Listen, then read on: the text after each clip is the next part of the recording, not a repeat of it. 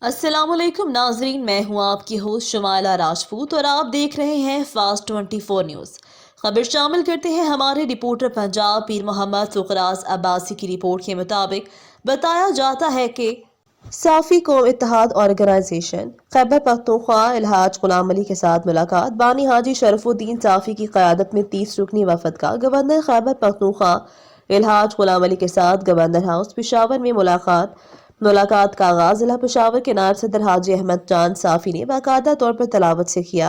मुलाकात में हाजी शरफुद्दीन साफी ने मौजूदा हालात के पेश नजर दरपेश मिसाल पर भी मुश्किलात से आगाह किया। मजीद कहना था, चूंकि गवर्नर साहिब एक अवामी शख्सियत के मालिक हैं, उनको तमाम मसाइल का बखूबी इल्म है।